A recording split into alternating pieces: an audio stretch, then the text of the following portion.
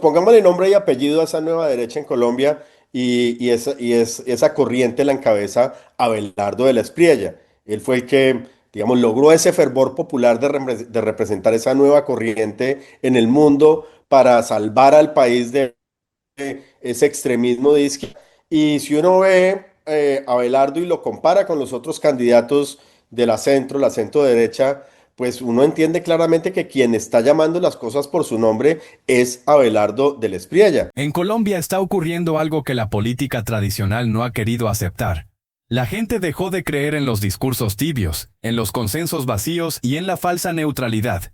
Hoy el país no está discutiendo matices ideológicos, está discutiendo supervivencia institucional, seguridad y futuro. Por eso empieza a tomar fuerza una corriente que no pide permiso para decir lo que piensa, que no se esconde detrás de eufemismos y que rompe con la vieja derecha acomodada al sistema. No es un fenómeno importado ni una moda pasajera. Nace del cansancio ciudadano frente a un poder que normalizó la violencia, el desorden y la impunidad. Esta nueva derecha no busca agradar a todos ni quedar bien con la élite política. Busca algo mucho más simple y más difícil: llamar las cosas por su nombre y asumir el costo de hacerlo. Mientras otros siguen calculando alianzas, encuestas y discursos aceptables, hay un sector del país que exige confrontar de frente a quienes considera responsables del deterioro nacional. Lo que viene no es una elección más, es un choque entre dos visiones irreconciliables. Una que justifica el caos y otra que promete enfrentarlo sin complejos. Y esa tensión ya se siente en la calle, en las redes y en la conversación pública. Esto apenas comienza. Y una de las premisas acá, digamos, es entender, y eso Abelardo lo ha explicado claramente, que estas personas que se hicieron con el poder en Colombia, Petro y compañía, y ahora Iván Cepeda que quiere sucederlo, ellos no son contradictores políticos, ellos son enemigos de la sociedad, ellos son delincuentes, son criminales, y digamos, yo no sé cuántos más muertos hace falta que haya en Colombia causados por Petro para que la gente acabe de entender que ese señor es un criminal de lesa humanidad. En Colombia se está configurando una derecha distinta a la que conocimos durante años. No es la derecha del consenso permanente ni del cálculo electoral, sino una que nace del hastío social frente a un poder que dejó de proteger a los ciudadanos. Esta nueva derecha no se define por ideología de escritorio, sino por una reacción directa al deterioro institucional, la inseguridad y la normalización del crimen. Su rasgo central es la ruptura con el lenguaje cómodo. Ya no intenta suavizar la realidad ni disfrazar responsabilidades. Parte de una premisa clara: hay proyectos políticos que dejaron de ser simples adversarios y se convirtieron en amenazas al orden democrático. Desde esa lectura, gobernar no es dialogar con todo el mundo, sino establecer límites firmes. Por eso conecta con sectores populares que se sienten abandonados por la política tradicional. Mientras unos siguen defendiendo acuerdos imposibles, esta corriente plantea confrontar sin complejos a quienes considera responsables del caos actual, incluyendo al gobierno de Gustavo Petro y a figuras como Iván Cepeda. En ese escenario emerge Abelardo de la Espriella como símbolo de una derecha que prioriza orden, justicia y batalla cultural. No promete agradar, promete enfrentar. Y eso explica por qué hoy, más que una tendencia, esta nueva derecha se ha convertido en un punto de quiebre político. La nueva derecha es una corriente política que surge del pueblo, de la entraña popular, que ha surgido en muchos países del hemisferio occidental. Esta nueva derecha surgió como respuesta a la toma del poder por extremistas de izquierda, por un marxismo repotenciado que se creía pues ya derrotado luego de la caída del muro de Berlín. Yo en mi columna hablo de el fin de la historia, lo llamó Francis Fukuyama, y él lo que pronosticó es ya la supremacía de la democracia sobre todos los demás sistemas políticos. Porque, digamos, era fácil hacer ese pronóstico, ya que los países donde ha habido capitalismo y democracia liberal, pues son los países que han derrotado la pobreza, que han tenido niveles de vida más altos, ingresos más altos, etcétera. Y al contrario, quienes se han deslizado hacia el socialismo, lo que han tenido es autoritarismo, violencia, despotismo, miseria. Y eso pues quedó en evidencia, digamos, con la caída del muro de Berlín. Cuando se habla de autoritarismos marxistas, no se trata de teorías abstractas ni de debates académicos. Se habla de modelos de poder que, una vez instalados, concentran el Estado, destruyen los contrapesos y reducen la democracia a una fachada. Siempre comienzan prometiendo justicia social y terminan imponiendo control, miedo y silencio. Estos regímenes no gobiernan para liberar al ciudadano, gobiernan para someterlo. Eliminan la independencia judicial, persiguen a la oposición, capturan los medios y convierten al Estado en un instrumento ideológico.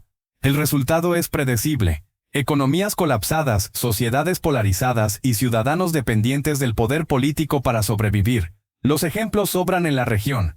Lo que ocurrió en Venezuela, lo que persiste en Cuba o lo que se consolidó en Nicaragua demuestra que el marxismo en el poder no tolera límites, no convive con la democracia, la reemplaza. Por eso, cuando estos proyectos avanzan, no lo hacen por error, lo hacen por diseño. Y entender eso es clave. No estamos frente a simples diferencias políticas, sino frente a sistemas que consideran la libertad un obstáculo y al ciudadano un recurso más del Estado. Los demócratas del mundo creyeron que gestionando bien la economía, pues ya el sistema de libertades económicas, etcétera, se defendía por sí solo y al acecho estaba el marxismo extremista que volvió con nuevas consignas, con sus viejos dogmas edulcorados, por ejemplo, etiquetas como socialismo del siglo XXI, como ocurrió en Venezuela, es el mismo viejo comunismo. Y llegaron con mucha fuerza y se tomaron el poder en muchos países del mundo. Y eso hizo que hubiera esta respuesta popular de la entraña del pueblo, de unas personas que llamaran las cosas por su nombre, que no utilizaran eufemismos para llamar a esos comunistas lo que eran enemigos de la sociedad. Y surgieron, lo decía yo en mi columna, grandes líderes del mundo hoy como Javier Milei en Argentina, como Donald Trump en Estados Unidos, como Giorgia Meloni en Italia. Por ejemplo, el caso de Trump en Estados Unidos, eso fue una respuesta a esa deriva que empezó a transitar el Partido Demócrata hacia la extrema izquierda. Imagínense, Estados Unidos, un país tan exitoso, y allí los extremistas de izquierda estaban empezando a tener éxitos electorales. Así que ese, digamos, es el planteamiento de cómo surge lo que yo llamo la nueva derecha en el mundo, para ponerlo en categorías entre izquierda y derecha, porque pues lamentablemente no hay más categorías. Así que pues hay que ponerlo en esos términos. El debate sobre el sistema de salud ya no es técnico, es humano. Cuando un modelo deja de responder, cuando los tratamientos se retrasan y cuando la burocracia se impone sobre la vida, el problema deja de ser administrativo y se convierte en moral. Un Estado que juega con la salud de su gente cruza una línea peligrosa. Durante años se vendió la idea de que intervenirlo todo desde el poder resolvería las fallas, pero lo que estamos viendo es lo contrario. Desorden, incertidumbre y pacientes atrapados en medio de una pelea ideológica. La salud no puede ser un laboratorio político ni un experimento de escritorio. Cada decisión mal tomada tiene consecuencias reales, nombres propios y familias afectadas. Este tema revela algo más profundo, una visión de poder que cree saber más que la realidad misma. Cuando se prioriza el control sobre la eficiencia, el resultado no es justicia social, es colapso. Y cuando ese colapso se normaliza, el daño se vuelve estructural. Por eso, hoy la discusión no es si el sistema necesita ajustes, eso siempre es válido, sino si se puede seguir jugando con un servicio esencial sin asumir responsabilidades. Porque gobernar no es imponer dogmas, es proteger vidas. Y en salud, equivocarse no es una opción. ¿Cuántos muertos ha causado Petro de manera deliberada al estrangular el sistema de salud, al quitarle los recursos al sistema de salud? Mire, eso va a pasar a la historia como esas iniciativas de ingeniería social, por ejemplo, de Mao en la China, que mataron a millones de personas. Aquí ya van miles de personas muertas por un experimento ideológico que está haciendo Petro con el sistema de salud, a sabiendas de que mueren personas. Entonces, llegará el día en que tendrán que pagar por esos crímenes. Y la persona que les va a hacer pagar por esos crímenes se llama Abelardo de la Espriella. Y esa es otra característica de la nueva derecha, que la nueva derecha con esos bandidos no tranza, no tiene ninguna intención de hablar ningún tipo de entendimiento. Tiene que llevarlos a la justicia. Y esa es una de las cosas que ha dicho Abelardo. Él ha dicho, les voy a hacer pagar por sus delitos, porque esa es la única manera de que Colombia se cura de ese mal. Ahora, a quienes están en el terreno democrático, inclusive la izquierda democrática, esos sí son contradictores políticos y con eso con ellos se pueden hacer, digamos, entendimientos, debates, etcétera, porque hay un terreno común que es el sistema democrático. Por eso en Colombia funcionó el Frente Nacional, porque tanto el Partido Liberal como el Partido Conservador, teniendo visiones diferentes del manejo del Estado, tenían un terreno en común que era la democracia. Y ahí se puede encontrar uno para buscar fórmulas y soluciones a los problemas. Pero con esta gente no hay ningún terreno común porque ellos quieren la destrucción de la democracia. La aparición de esta nueva derecha no es casualidad ni capricho electoral. Es la consecuencia directa de errores acumulados por la política tradicional. Durante años, sectores que se presentaban como defensores del orden y la institucionalidad optaron por la comodidad del sistema antes que por la confrontación de fondo. Prefirieron administrar el poder en lugar de disputar las ideas. Una de las principales falencias fue abandonar la conversación cultural. Mientras otros avanzaban imponiendo relatos, redefiniendo valores y ocupando espacios clave, la vieja dirigencia creyó que bastaba con gestionar bien o mantener equilibrios. Ese vacío lo llenó una ciudadanía frustrada que ya no se sentía representada por discursos moderados ni por promesas repetidas. También hubo desconexión con la realidad cotidiana. La inseguridad, el desempleo y el deterioro de los servicios públicos dejaron de tener respuestas claras. En lugar de asumir posturas firmes, se optó por el cálculo, el consenso forzado y la neutralidad aparente. En ese contexto surgió una alternativa que rompió con esas falencias, una corriente que decidió hablar claro, asumir costos y disputar el sentido mismo de la política. No nació por ideología, nació por ausencia. Y cuando la política deja vacíos, alguien siempre llega a ocuparlos. No, las falencias es que, mire, el Centro Democrático, que le ha prestado un gran servicio a Colombia, también se lo ha prestado el presidente Álvaro Uribe, pues se fundó para, de alguna manera, hacerle frente al gobierno de Santos. Fue un partido que se fundó en un momento coyuntural para que perdurara ese principio de la seguridad democrática que tanto bien le hizo a Colombia.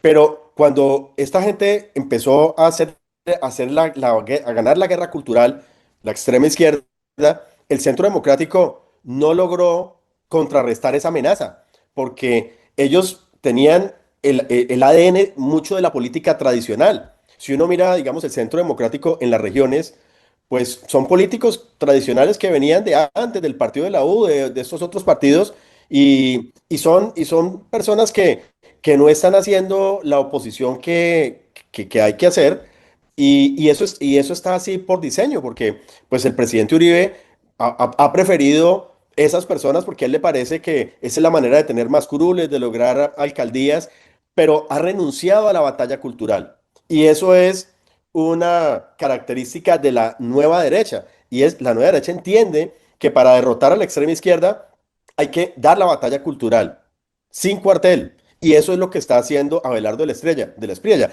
El Centro Democrático no está preparado para eso. El Centro Democrático se ha dedicado, con excepciones, pero en buena medida en las regiones, a construir pequeñas clientelas políticas y no ha dado la batalla cultural.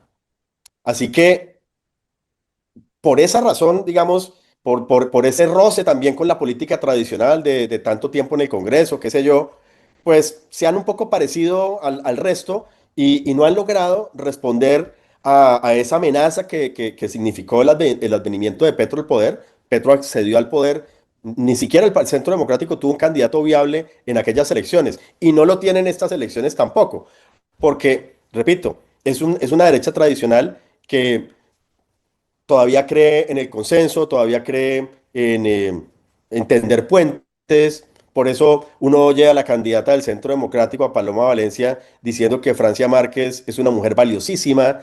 Eh, Ellos todavía como que quieren buscar la aprobación de esos sectores de la izquierda. Y claro, pues así obviamente no se gana la batalla cultural, si ni siquiera la plantean. Y surge una persona como Abelardo de la Espriella que pues llega a representar ese clamor de cambio que tiene Colombia, llega a llamar las cosas como son, a dar de frente la batalla cultural. Fíjese que, por ejemplo, él se presenta como lo que es, como un empresario, y habla con orgullo de que es una persona que ha creado riqueza, que ha generado empleos, y eso es parte de la batalla cultural. No avergonzarse por ser una persona que ha creado riqueza, porque la inversión de escala de valores que ha logrado en buena medida implantar la extrema izquierda en Colombia, entonces el malo es el empresario. Abelardo del Espriella le planta cara a eso y dice, no, los empresarios somos los que somos benefactores de la sociedad, como en efecto son los empresarios. En ninguna parte del mundo un Estado ha sacado de la pobreza a nadie.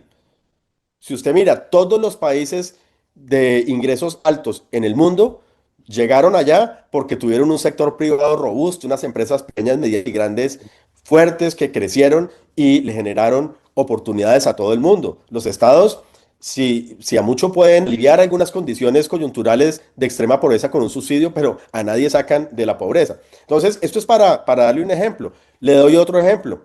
¿Quién es el candidato que ha dicho que a FECODE hay que sacarlo de las aulas? Mire, el factor que más incide en la desigualdad en Colombia se llama FECODE, porque los niños que no tienen dinero para pagar una educación privada y tienen que someterse a que los adoctrinen allá en esos colegios que maneja FECODE, son los que no saben matemáticas, son los que no salen preparados y ya salen en una situación de desigualdad para enfrentar la vida. Entonces, eliminar a FECODE, sacar a FECODE de las aulas es lo primero que hay que hacer si queremos poner a los niños pobres de Colombia en un plano de igualdad con los demás para que sean exitosos en la vida. Todo lo que hemos visto no es un fenómeno aislado ni una moda electoral. Es el resultado de años de acumulación de errores, silencios y desconexión entre la política y la realidad del país. Cuando la inseguridad crece, los servicios básicos se deterioran y el Estado pierde autoridad. La gente deja de escuchar discursos técnicos y empieza a buscar respuestas claras. La llamada nueva derecha surge precisamente ahí, en el punto donde la política tradicional dejó de representar a millones.